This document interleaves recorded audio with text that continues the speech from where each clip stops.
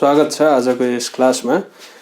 यो क्लासमा आज हामीले फिजिक्सको क्वेशन्सहरू आइओई र आइओएम को लागि डिस्कस गर्न गइरहेका छौं र यो क्वेशनहरू एकदमै इम्पोर्टेन्ट क्वेशन हुन्छन्, त्यसैले ध्यान दिएर सुन्नु होला।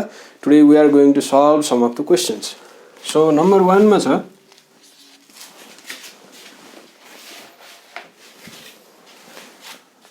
RMS of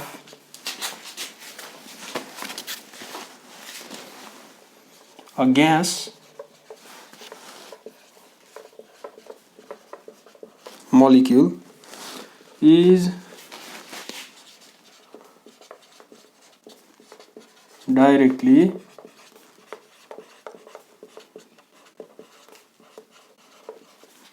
proportional to number A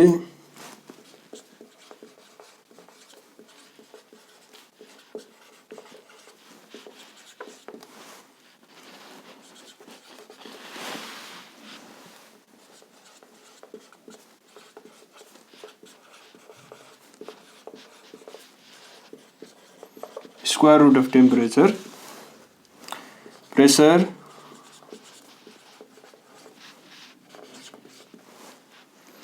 square root of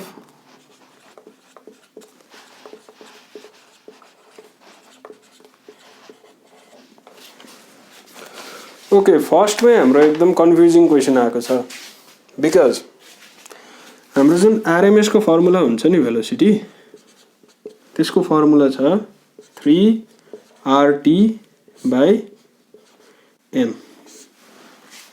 है त। So this is the formula. अब हामीलाई एउटा कुरा थाहा छ, PV = RT हो कि हैन। त्यसैले यसको ठाउँमा हामीले लेख्न मिल्छ 3PV/m।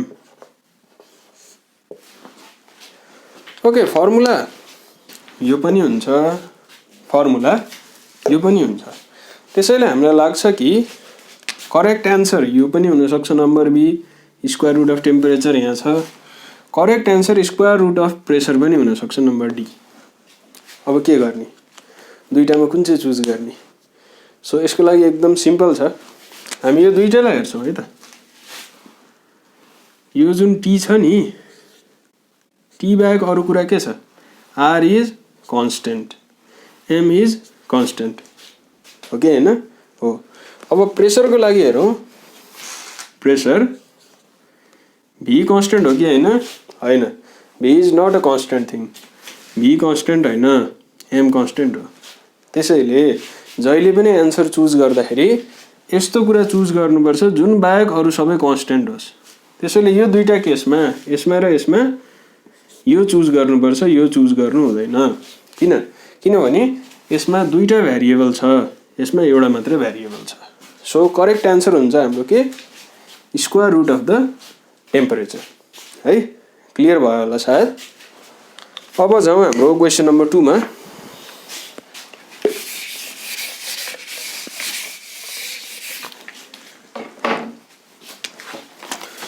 क्वेसन नम्बर 2 हाम्रो छ a car of mass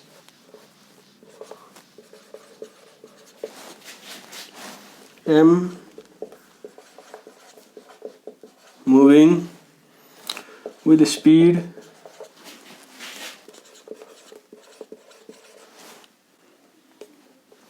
v is stopped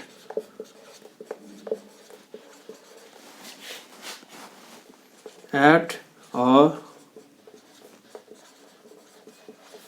distance x by the friction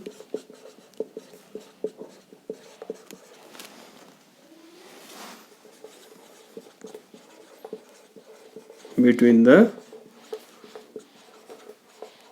tires and the road.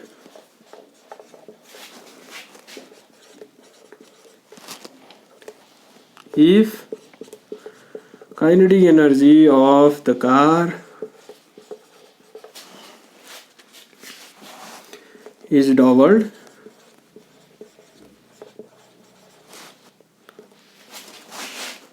stopping distance will be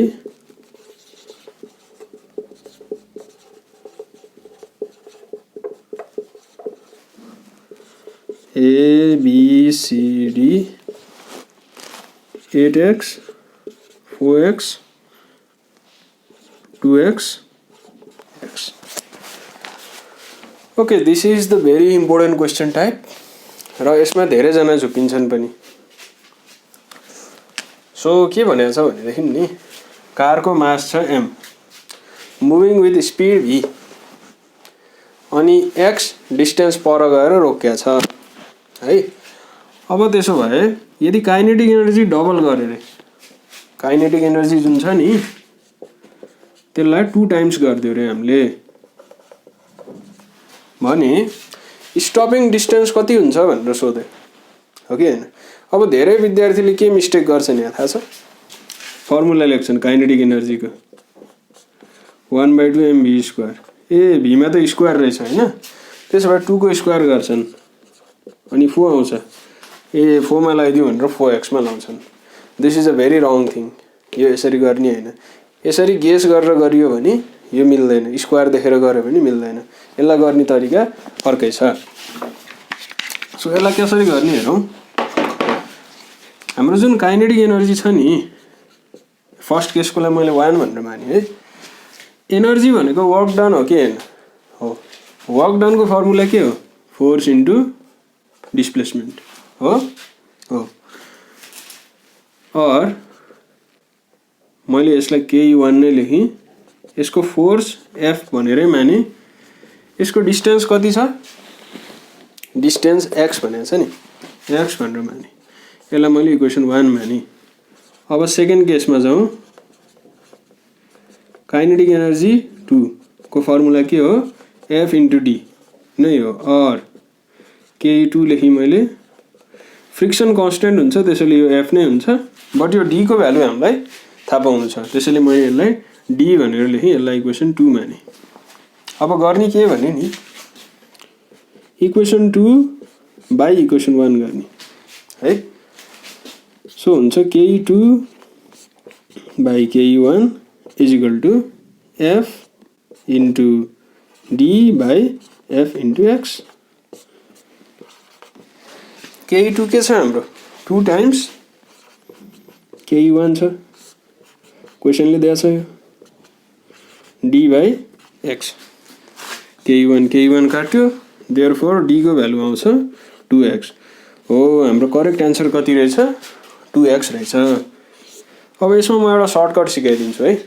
यदि यस्तो खालको क्वेसन छ, फ्रिक्सन छ, काइनेटिक एनर्जी पनि छ, डिस्टेन्स ट्राभल वाला क्वेसन सोधेको छ भने जति काइनेटिक एनर्जी हुन्छ एन्सर पनि त्यति नै हुन्छ. डबल भनेको छ भने यो पनि डबल हुन्छ, 3 टाइम्स भनेको छ भने यो पनि 3 टाइम्स हुन्छ, 5 टाइम्स भनेको छ भने एन्सर पनि 5 टाइम्स. यसमा स्क्वायर गर्नु पर्दैन है त. सो यो टाइपको क्वेसन पनि क्लियर भयो होला. यसमा यस्तो खालको धेरै क्वेसन सोध्न मिल्छ. डबल्ड भनेको छ भने ट्रिपल्ड भन्न मिल्छ, अथवा x दिएको छ भने 4x दिन मिल्छ. त्यस्तो गऱ्यो भने एकदमै सजिलो छ. जति टाइम्सले काइनेटिक एनर्जी बढ्या हो त्यति नै टाइम्सले डिस्टेन्स पनि बढ्छ है. So this is the solution of the second question. So let's move on to the third.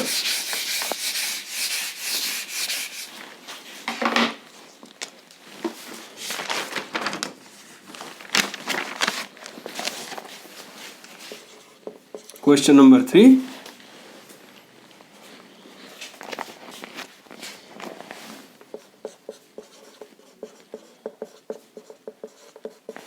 Ignition occurs in petrol engine from A, B, C, D.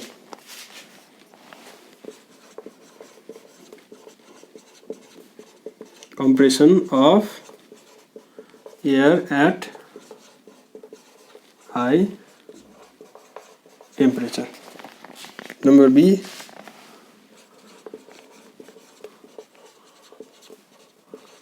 compression of fuel at high temperature by spark? None. Okay, यो क्वेसनको लागि नि म पहिले एउटा simple दुईटा कुराहरू भन्छु, त्यसलाई दिमागमा याद राख्नुस् है। पेट्रोल भन्ने बित्तिकै जहिले पनि स्पार्क भनेर सम्झिने। डिजेल इन्जिन भन्यो भने कम्प्रेसन अफ एयर भनेर सम्झिने। यो जहिले पनि दिमागमा याद राख्नुस् है। पेट्रोल भन्यो भने स्पार्क, पेट्रोलको जहिले पनि स्पार्कबाट हुन्छ। डिजेल इन्जिनको जहिले पनि कम्प्रेसन अफ एयरबाट हुन्छ। त्यसैले यहाँ कुन चाहिँ इन्जिन भनेको छ? Petrol engine. So petrol engine भन्यो भने के गर्ने? बाई स्पार्कमा लाउने। यदि यहाँ डिजेल भनेको भए के हुन्थ्यो? कम्प्रेसन अफ एयर हुन्थ्यो है त। सो पेट्रोल र डिजेल इन्जिनको त्यो मेजर डिफरेन्स छ। सो क्वेसन नम्बर 4 मा जाउँ अब।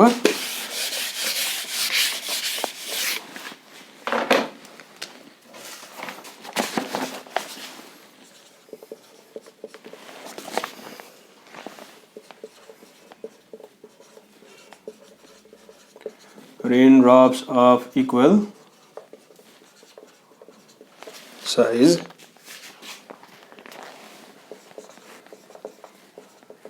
fall in air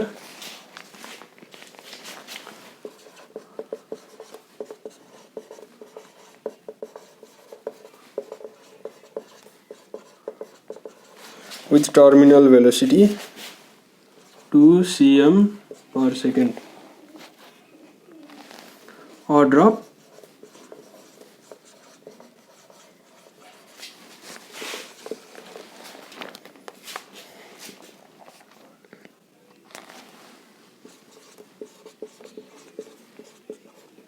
collecting 27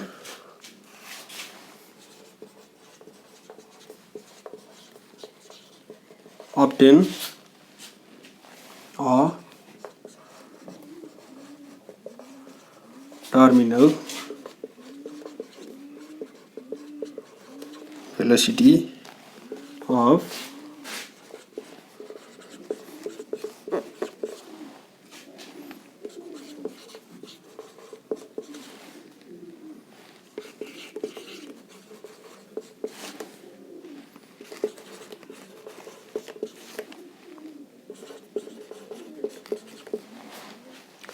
okay.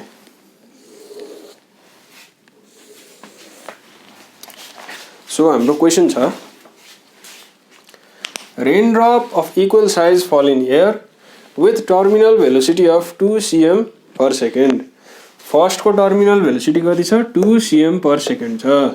यदि यस्तै 27 वटा ड्रपलाई हामीले कलेक्ट गर्यो रे, जुन एउटा ड्रप खसेको छ नि त्यस्तो 27 वटा कलेक्ट गर्यो रे र त्यो खस्यो रे, त त्यसको टर्मिनल भेलोसिटी कति हुन्छ भनेर यसले सोधिरहेको छ है। सो यो पत्ता लगाउनको लागि फर्स्टमा हामी जान्छौँ टर्मिनल भेलोसिटी केसँग डाइरेक्टली प्रोपोर्सनल हुन्छ? आर स्क्वायर सँग। यो हामीलाई थाहा छ। त्यसो भए यदि डाइरेक्टली हुन्छ भने तल र माथि यसरी थप्न मिल्छ। मैले माथि पनि यही लेखेँ, तल पनि यही लेखेँ, बीचमा इक्वल टु लेखेँ। अब मैले यहाँ 1 र 1 लेख्छु, 2 र 2 लेख्छु। यो दुईटा केसेसहरुको लागि हो। यसबाट यसमा कन्भर्ट गर्न केही पनि गाह्रो छैन। डाइरेक्टली प्रोपोर्सनललाई इक्वल टुमा कन्भर्ट गर्न तल र माथि त्यही राख्ने, तर 1 र 2 लेखेर है त। अब एकैछिन मैले यसलाई छोड्दिएँ है न हो। अब एउटा म सिम्पल कुरा भन्छु, यो जुन ठुलो ड्रप छ नि, volume of big drop is equal to 27 into volume of small drop हुन्छ। यो त थाहा छ होला। ठुलो volume is equal to 27 times सानो भोल्युम त हुन्छ, क्वेसनले भनेको छ हैन। और फर्मुला लेखौँ 4/3 पाई आर क्यूब। R2 लेख्नुपर्छ यसलाई, मैले ठुलोलाई 2 मानेको छु है। 27 इन्टु 4/3 पाई आर क्यूब. अब यसलाई 1 मानौँ. सो 4/3 क्यान्सल, पाई क्यान्सल. और R2 को क्यूब 27 R1 को क्यूब. और R2 is equal to cube root लिए मैले 3R1. R2 is equal two. So यो हाम्रो रिलेसन आयो. अब यो रिलेसनलाई नि हामी यहाँ माथि लगेर राखिदिन्छौँ अनि हाम्रो एन्सर आउँछ. सो राखौँ यसलाई. V1/V2 is equal to R1 square भनेको छ. R1 स्क्वायरमा R1 स्क्वायर नै, R2 स्क्वायर भनेको ठाउँमा 3R1 को होल स्क्वायर हुन्छ, यहाँ झुक्किने होइन. V1/V2 is equal to R1 square by 9 R1 square. और V1 into 9 is equal two V2. और V2 is equal two V1 into 9. V1 को भ्यालु कति छ, टर्मिनल भेलोसिटी कति छ सुरुको 2, त्यसैले 2 राखिदिनु. 2 into 9 is equal to 18 cm per second, unit जस्ताको जस्तै. सो एन्सर हाम्रो कति भयो, 18 cm पर सेकेन्ड भयो. यसलाई यसरी निकाल्ने.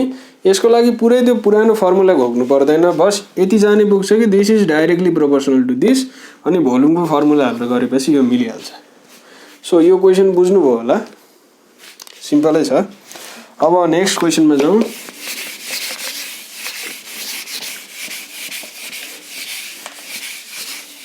सबभन्दा लामो क्वेसन नै यही होला आजको. अब सिम्पल छ, धेरै गाह्रो छैन. ल सबभन्दा सिम्पल क्वेसन, यो त सबैले मिलाउँछन् होला.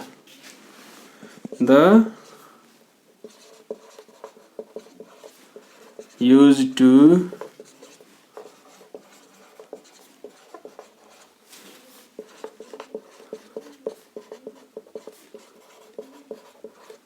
current is A, B, C, D.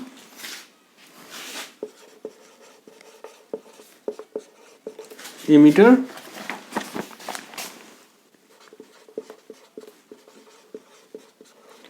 voltmeter,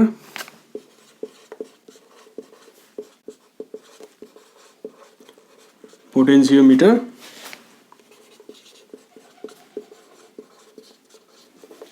okay. यो चारैवटाको कुरा गरौँ है त. यो क्वेसन एकदमै सिम्पल छ, त्यही भएर म चारैवटाको एक्सप्लेन गर्छु. एमिटरले करेन्टलाई मेजर गर्छ. अब कहिलेकाहीँ यिनीहरूको आयो भने के गर्ने, भोल्टमिटरले भोल्टेजलाई मेजर गर्छ. पोटेन्सियोमिटरले पिडीलाई मेजर गर्छ, पोटेन्सियल डिफरेन्सलाई. वाटमिटरले पावरलाई गर्छ. सो यो चारैवटा कुराहरू याद गर्नु होला. सो यसको एन्सर के हुन्छ, इलेक्ट्रिक करेन्ट भनेपछि एमिटर, यदि भोल्टेज भइदियो भए भोल्टमिटर है त. सो अर्को क्वेसनमा जाउँ. Question number 6. The collision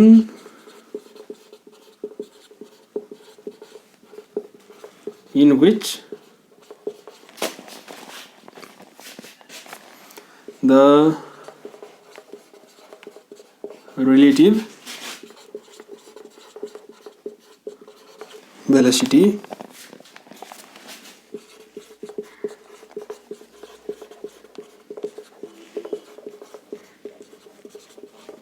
is 0 is a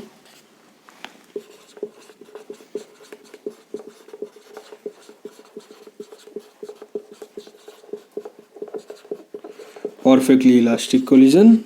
Number B,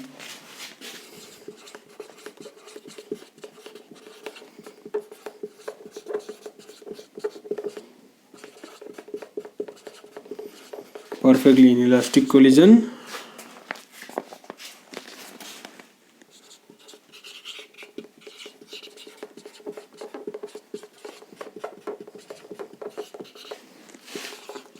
Number D may be elastic or inelastic. Okay, so यो क्वेसनलाई हेरौँ. The collision in which the relative velocity after collision is 0। यसको मिनिङ के हो? यसको मिनिङ यो हो कि कुनै कोलिजन भयो, त कोलिजन भइसकेपछि फर्केर आएन कुनै पनि कुरा। जस्तै एउटा ठाउँमा हिलो छ अरे होइन, त्यहाँ हामीले कुनै ढुङ्गालाई फ्यालिदिउँ रे, त त्यो ढुङ्गा फर्केर आउँछ? अब आउँदैन। हो, यस्तो केसको कोलिजनलाई कस्तो कोलिजन भन्ने रे, जसमा फर्केर आउँदैन। भन्नुको मतलब relative velocity after collision is 0 भनेको छ। सो यसको नाम हो पर्फेक्टली इनइलास्टिक कोलिजन। इलास्टिक होइन, इनइलास्टिक। इलास्टिक भनेको चाहिँ एकदम मजाले फर्केर आयो, काइनेटिक एनर्जी सहित फर्किने गरी, त्यस्तोलाई चाहिँ पर्फेक्टली इलास्टिक भनिन्छ। बट यस्तो केसमा, जुन केसमा फर्केर आउँदैन, त्यसको नाम के हो? Perfectly inelastic collision. यो जहिले पनि याद गर्नुहोस् है। जस्तै नि एउटा ट्री छ अरे, त्यो ट्रीमा बुलेट गएर लाग्यो अरे, त बुलेट अब फर्केर आउँछ? आउँदैन। सो यो पनि कस्तो कोलिजन हो? Perfectly inelastic collision. यसमा क्वेसन कस्तो आउन सक्छ भने, जस्तै यो क्वेसन आयो भने पनि आन्सर पर्फेक्टली इनइलास्टिक कोलिजन हो। एक्जाम्पलहरूबाट पनि क्वेसन आउन सक्छ है। सो क्वेसन नम्बर 6 पछि अब जाउँ क्वेसन नम्बर 7 मा। आज धेरै छैन, 8 वटा मात्रै क्वेसन छ।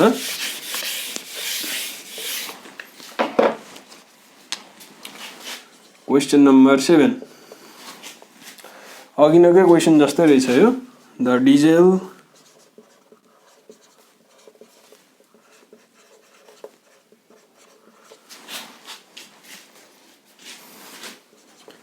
are also as पछि इन्जिन पनि रहेछ है, फिल इन द ब्ल्याङ्क्स जस्तो रहेछ।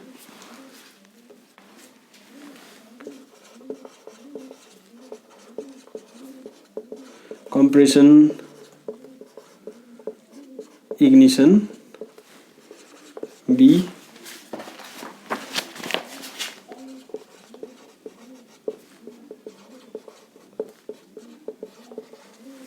C,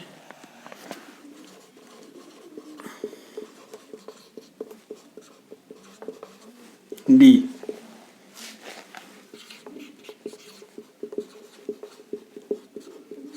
auto इग्निसन।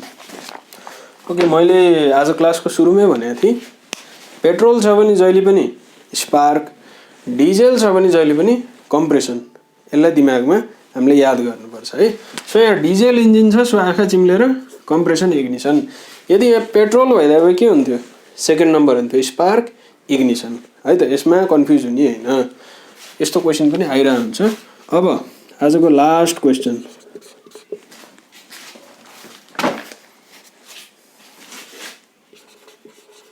When a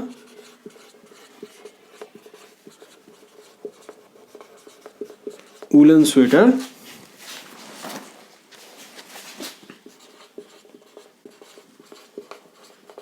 worn over a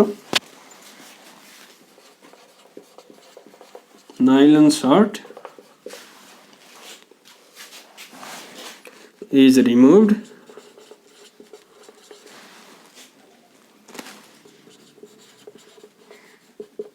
sparking is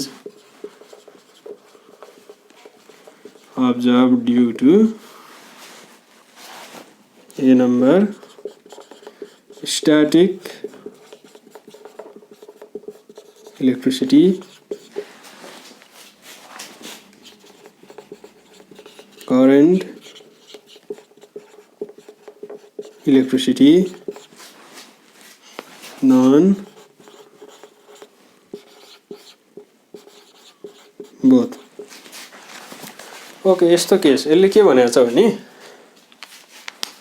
हामीले एउटा सर्ट लगाइरहेको छौँ रे हैन, अनि त्यो सर्टको माथि चाहिँ उलन स्वेटर लगाइरहेको छौँ रे, नाइलनको सर्ट छ रे हैन, अनि त्यसको माथि हामीले स्वेटर लगाइरहेको छौँ उलनको। त जब त्यो हामीले स्वेटरलाई फुकाल्छौँ नि, तब स्पार्क आउँछ रे, के झिल्का जस्तो आउँछ रे त्यहाँ। हो, त्यो झिल्का के को कारणले आउँछ भनेरले सोधिरहेछ।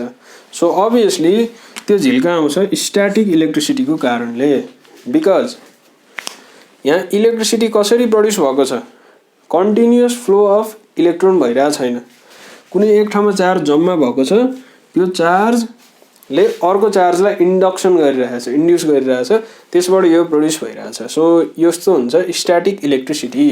करेन्ट इलेक्ट्रिसिटी भने चाहिँ कस्तो भने कन्टिन्युअसली करेन्ट फ्लो भइरहेछ, जस्तै तारहरूमा हुन्छ नि, त्यो चाहिँ करेन्ट इलेक्ट्रिसिटी। अब स्ट्याटिकको अर्को एउटा इक्जाम्पल के छ, बिजुली चम्किने, that is also example of static electricity. अब क्वेसन नम्बर 8 मा यसको सट्टामा बिजुली चम्किने भन्यो भने के हुन्छ, त्यो that is a static electricity है। अनि मोटरसाइकलको जुन त्यो स्पार्क आउँछ नि, त्यो पनि स्ट्याटिक इलेक्ट्रिसिटी नै हो। लाइटरहरू बल्ने त्यो पनि स्ट्याटिक इलेक्ट्रिसिटी नै हो। सो आजको लागि हामीले गऱ्यौँ 8 वटा क्वेसन, र यो क्लासको लगत्तै फेरि म अर्को 8 वटा क्वेसन पनि फेरि लिएर आउने नै छु। आजको लागि यति नै, प्र्याक्टिस गर्नु होला, र आजको लागि यति नै। Thank you.